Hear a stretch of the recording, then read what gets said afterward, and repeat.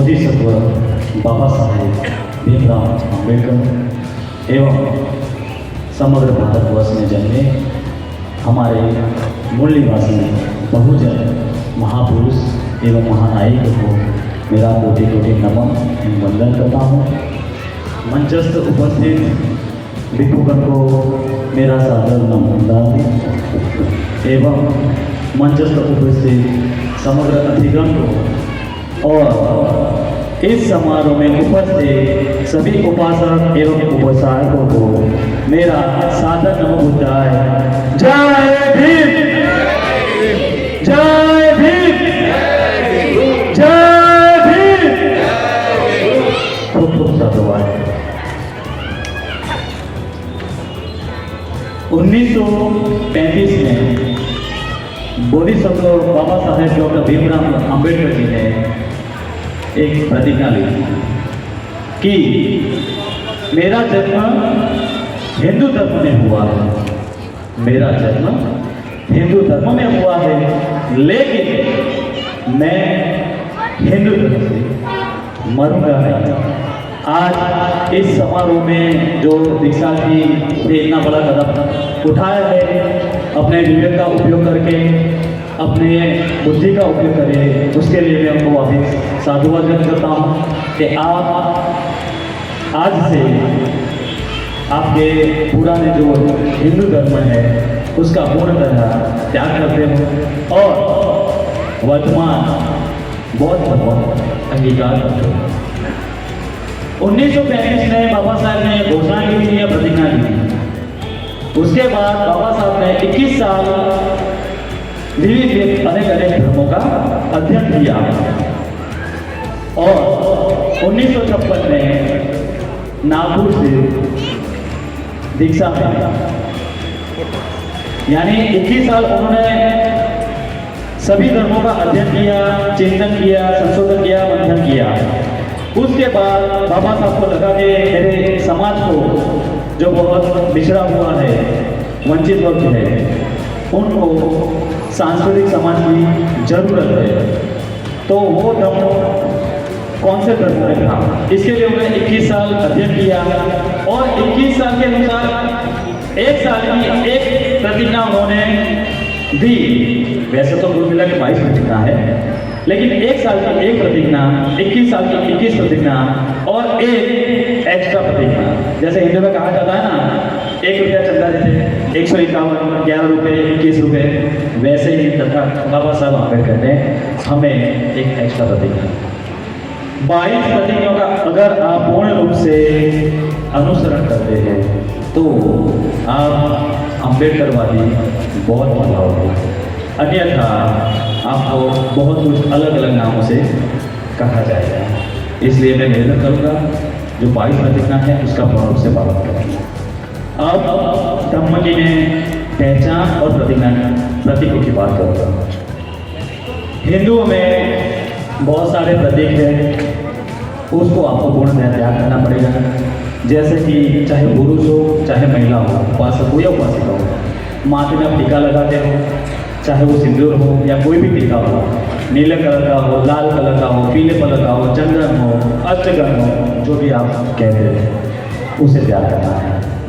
दूसरा, हम जो गले में दोहरे धागे पहनते हैं, गले में, हाथ में, कमर में, पैर में, चाहे वो काला कलर का हो, नीला कलर का हो, चाहे कोई भी कलर का हो, उसे आपको काट कर नदी में फेंक देना।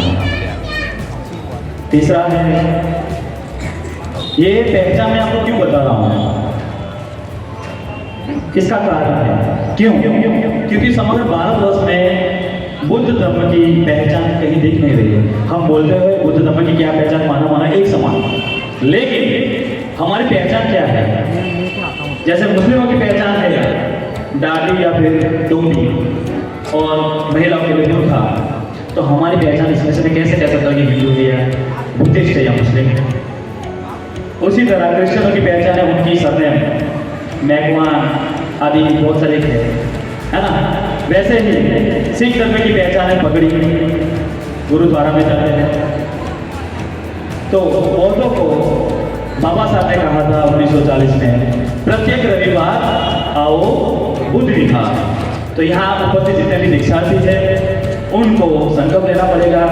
हर रविवार को सफेद वस्त्र पहनकर बुद्ध विहार में आपको आना चाहिए।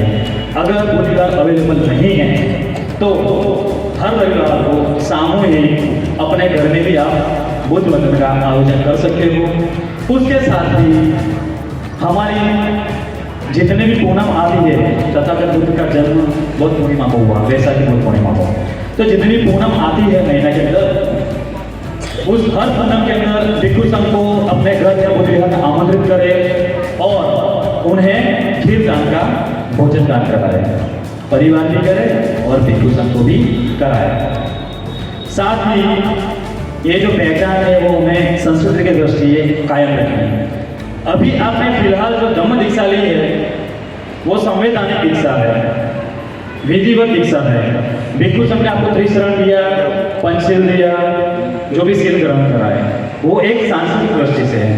इसके बाद आपकी आएगी जो अभियान है बुद्धमय भारत बनाओ अभियान, यानी संवैधानिक बुद्ध धम्म दीक्षा समारोह। आगे ये संवैधानिक शब्द क्यों लिखा है? हमने अभी आपको पहचान बनाई और बताई कि बुद्ध धम्म की क्या क्या पहचान है और क्या नहीं है। पहचान बनेगी तो धम्म बनेगा, धम्म बनेगा तो संवैधानिक बुद्धिस्ट बनोगे, यानी आपको सरकार प्रमाण पत्र इश्यू करेंगे। अगर आप अनुसूचित जाति या जनजाति के हो तो आपको एससी टू बुद्धिस्ट करके एक प्रमाण पत्र आता है जो तहसीलदार देता है या एसडीएम देता है, वो आपको प्रमाण पत्र देगा। तो आपकी जो जनसंख्या है बुद्धिस्टों की वो बढ़ेगी और हिंदुओं की कम हो जाएगी। दूसरा, बहुत सारे को भ्रमणा है, मानसिकता है कि अगर हम बुद्ध धम्म अंगीकार कर लेते हैं तो हमारी योजनाओं का क्या, हमारे हक अधिकारों का क्या, हमारी आरक्षण का क्या, अनामत का क्या। बुद्ध धम्म अंगीकार करने से अनुसूचित जाति एवं अनुसूचित जनजाति का कोई भी नागरिक हो, उनके जो लाभ है, उनकी जो योजनाएं है वो एज इट इज यथावत रहती है, उसमें इसका कोई भी असर नहीं रहता है। तो अपने दिमाग में से बात निकाल लो कि हम बुद्ध धम्म अंगीकार करेंगे तो हमारी योजनाएं बंद हो जाएगी, हमारे अधिकार चले जाएंगे या हमारे लाभ चले जाएंगे।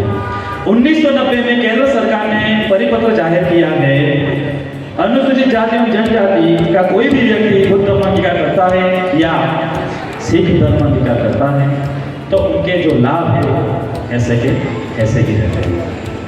ठीक है, तो ये आप जो भ्रमणा है वो उसको दूर करें। बुद्ध धम्म की पहचान हो गई, प्रतीक हो गए। समय आपको सरकारी अभी 1 महीने के अंदर अंदर जांच पड़ताल होगी, आपकी पुलिस की जांच पड़ताल होगी, तहसीलदार की जांच पड़ताल होगी, उसके बाद आपका एफिडेविट होगा। वो जमा होने के बाद ये जो प्रमाण पत्र है दीक्षा का, वो जमा करने के बाद एसडीएम या फिर तहसीलदार दोनों में से कोई भी एक आपको सरकारी प्रमाण पत्र देंगे, है ना। तो वो प्रमाण पत्र से अपनी जनसंख्या बढ़ेगी। अब अनुच्छेद 25, 26, 27 और संविधान का जो अनुच्छेद है 25 खास करके 25वां, उसके अंतर्गत बुद्ध, जैन और सिख हिंदू धर्म की शाखाएं हैं, यानी ब्रांच है। क्यों? क्योंकि उसकी कोई पहचान नहीं है, उनकी कोई जनसंख्या नहीं है और खास करके उनका कोई लॉ नहीं है। लॉ मतलब कायदा नहीं है। जैसे हिंदू लॉ है, मुस्लिम लॉ है, क्रिश्चियन लॉ है, सिख लॉ है, समग्र भारतवर्ष में सभी लॉ है, सभी कायदा है। बुद्धिस्टों का कोई कायदा नहीं है क्योंकि उनकी जनसंख्या नहीं है। जब तक आप संवैधानिक बौद्ध नहीं बनते हो, आचरण से तो बौद्ध बन जाते हो, सांस्कृतिक दृष्टि बौद्ध बन जाते हो। घर में बाबा साहब बुद्ध की प्रतिमा दिखती है, फोटो फ्रेम दिखते हैं, हर रविवार आप बुद्ध विहार भी आते हो, सफेद वस्त्र भी पहनते हो, लेकिन कागज से आप या तो अनुसूचित जाति के जो सब कास्ट है या ज्ञाति है, जाति है, वही गिनाओगे, है ना। कोई महार होगा, कोई बुनकर होगा, कोई चमार होगा, तो बौद्ध कब बनेगा? कागज से जब तक आप बौद्ध नहीं बनोगे तब तक आपकी जनसंख्या नहीं बढ़ेगी। जब तक जनसंख्या नहीं बढ़ेगी तब तक हमारा लॉ नहीं बनेगा।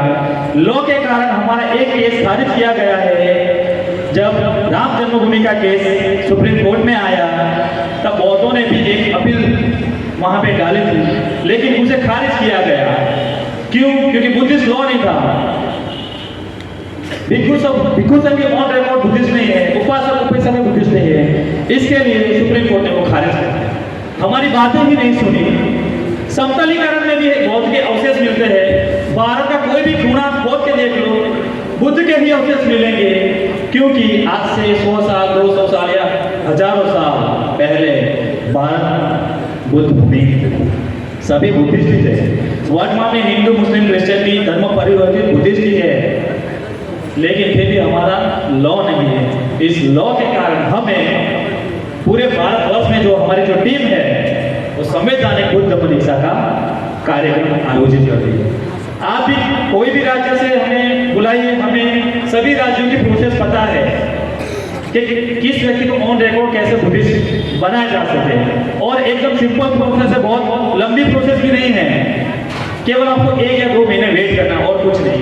उसके बाद आपको सरकारी प्रमाण पत्र मिल जाएगा। आपको जो राज्य का प्रमाण पत्र चाहिए वो आप हमसे मांग लेना, मैं उसका प्रमाण दे दूंगा। ठीक है, मैंने आपको प्रतीक बता दिए, आपको पहचान बता दी है। खास करके महिलाएं और उपासक है उनको भी खास मैं विनती करूंगा कि पुरानी जो पहचान है, उत्सव है, प्रसंग है, त्योहार है, उसका त्याग करना है। बुद्धिज्म के जो मेन त्योहार है, बुद्ध पूर्णिमा है, सम्राट अशोक विजयदशमी है, 8 जनवरी पंचशील धम्म ध्वज दिन है, वो जोरों शोरों से मनाना चाहिए और बुद्ध विहार में आना चाहिए। सबसे अधिक बुद्ध विहार बनाने चाहिए और श्रद्धा से अपना अनुदान एवं योगदान भी देना चाहिए, तब जाके ये कारवां है आगे बढ़ेगा। इतनी ही बात रखकर मैं समाप्त करता हूँ। आपने मेरी बात सुनी, इसके लिए मैं आपका खूब खूब साधुवाद व्यक्त करता हूँ। सभी को मेरा सादर नमन होता है। जय भीम, जय भीम, जय भीम। बुद्धं शरणं गच्छामि, धम्मं शरणं गच्छामि, संघं शरणं गच्छामि।